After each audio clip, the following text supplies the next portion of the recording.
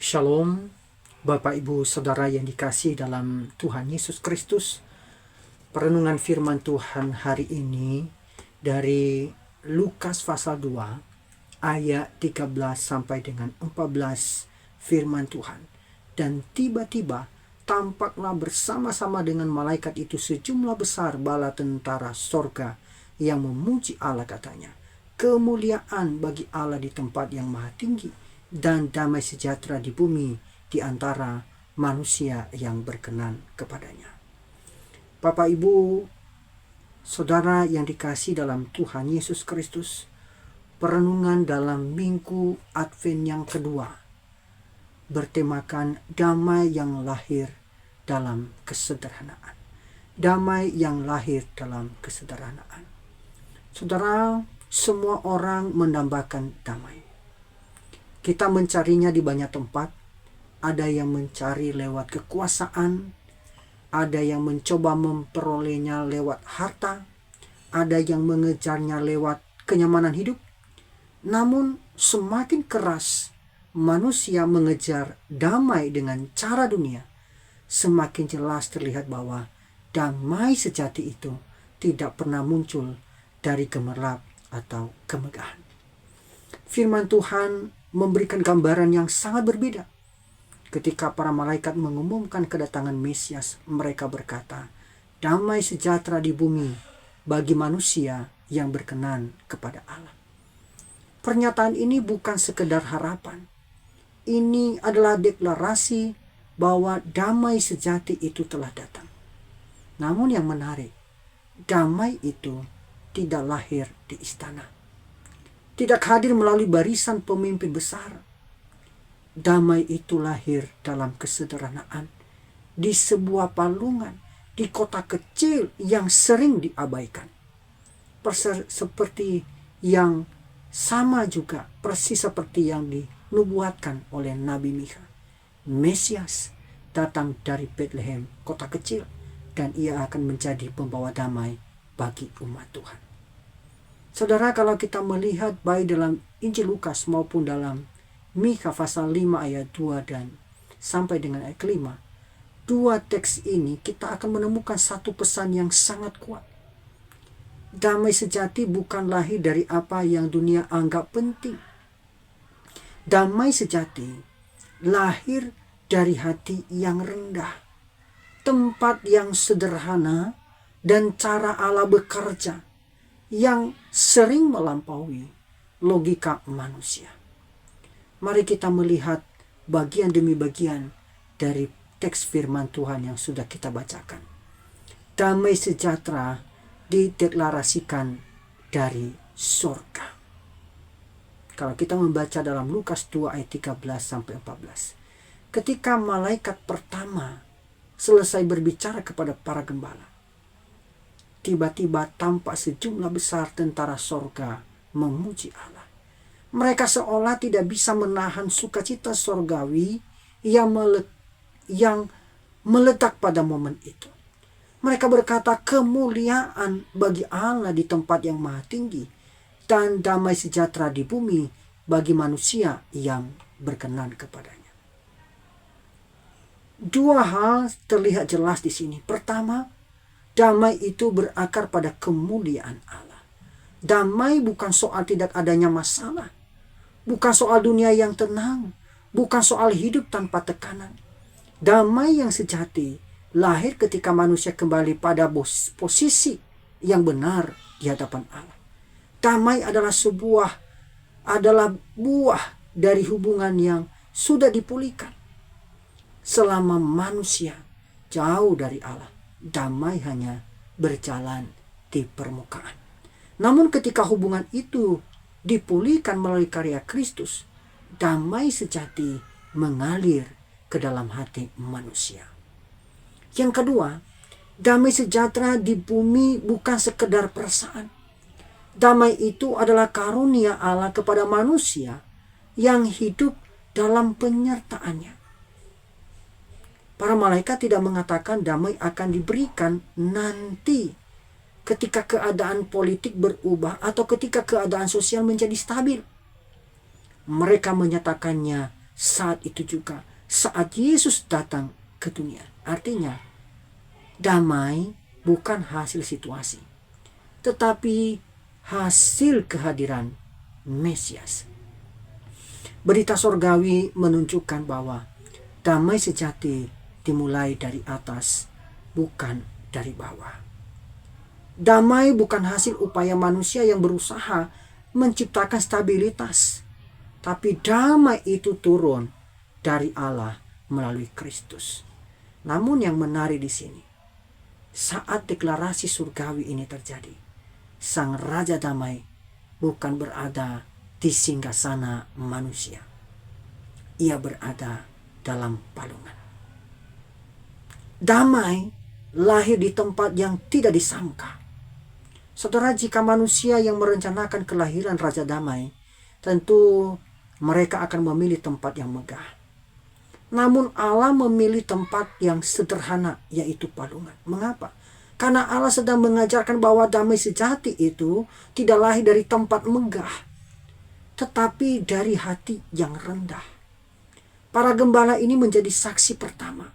Mereka bukan pejabat, mereka bukan pemimpin agama, bahkan bukan orang-orang terpandang. Mereka adalah orang yang biasa, yang hidupnya sederhana, dan justru mereka menerima berita damai itu pertama kali dikumandangkan. Ini menunjukkan pola hati Allah. Damai yang sejati tidak menyasar orang-orang yang merasa dirinya hebat, saudara, tetapi mereka yang mau terbuka kepada Allah. Kesederhanaan palungan ini mengajarkan bahwa damai lahir ketika hati kita tidak penuh dengan kesombongan atau keinginan untuk diakui.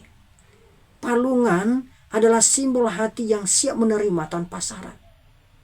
Tidak dihias, tidak dipoles, tidak mengenalkan daya tarik luar. Palungan hanya menyediakan ruang, dan ruang itu cukup bagi Raja Semesta untuk datang. Kita sering kehilangan damai bukan karena keadaan kita terlalu berat, tetapi karena hati kita terlalu penuh. Terlalu banyak hal yang kita paksakan, terlalu banyak keinginan yang kita tumpuk, terlalu banyak ego yang kita pertahankan. Yesus menunjukkan bahwa damai lahir ketika hati menjadi sederhana seperti palungan. Saudara, di dalam kitab Mikha menunjukkan bahwa Allah suka memilih yang kecil.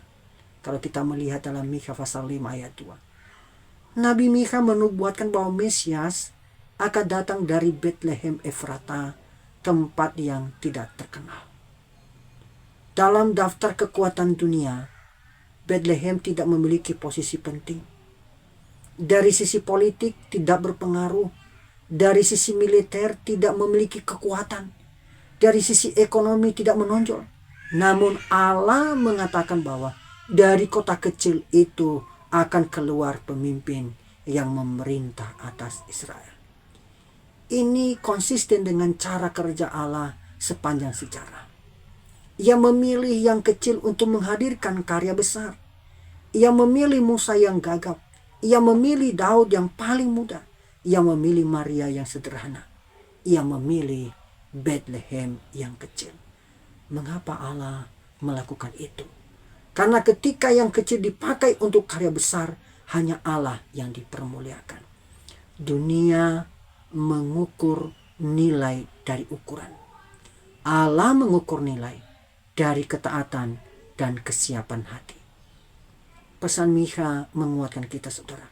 Damai itu tidak bergantung pada besarnya tempat atau besarnya kekuatan manusia. Damai datang dari Allah yang memilih bekerja melalui hal-hal yang sederhana. Mesias adalah gembala yang membawa damai. Kita bisa membaca dalam Mikha pasal 5 ayat 4-5.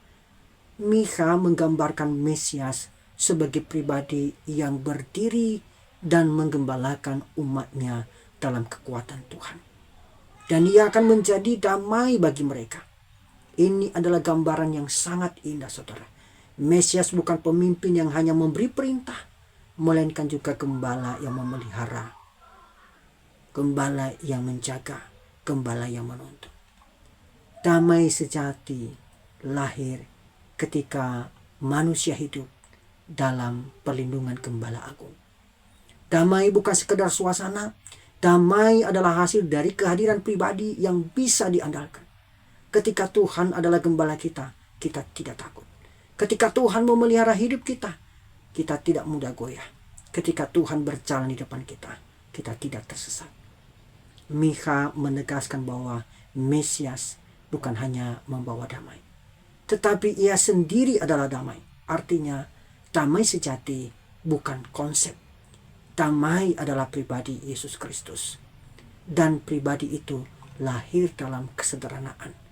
Palungan menjadi titik awal terbentuknya damai yang merambah ke seluruh dunia.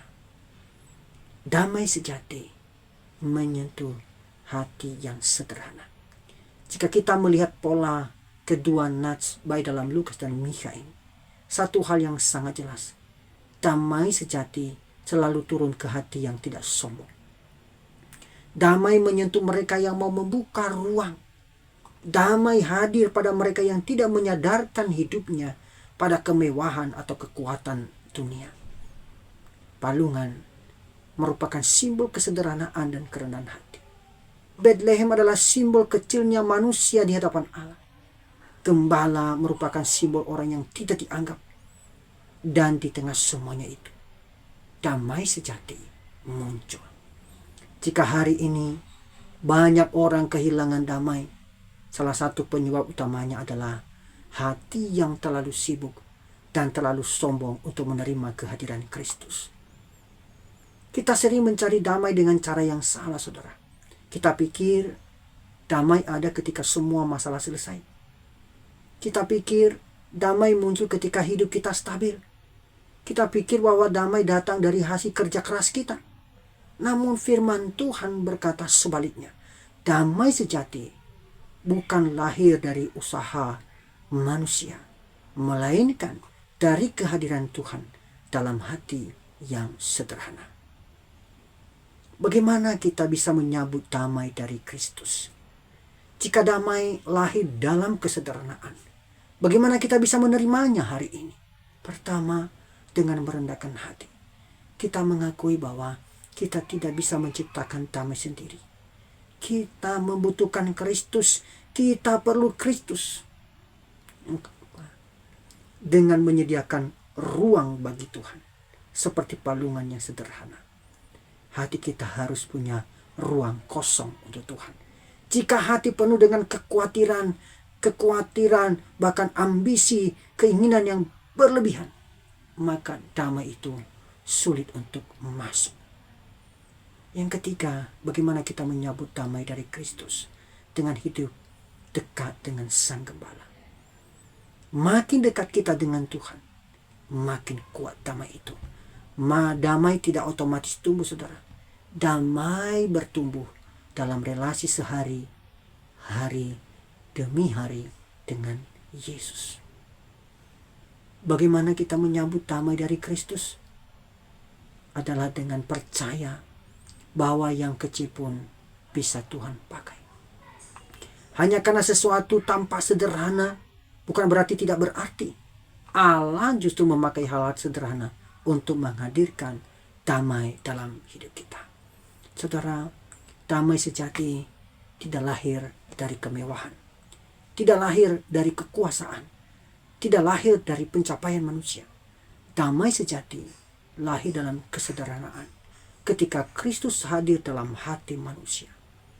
Malaikat menyatakan damai dari sorga. Mikha menubuatkan damai dari tempat kecil bernama Bethlehem. Dan palungan itu menjadi panggung sederhana di mana Raja Damai melalui dan memulai karyanya. Saudara, jika kita ingin mengalami damai yang sama, kita perlu hati yang sederhana seperti palungan. Kita perlu kerendahan hati seperti para gembala.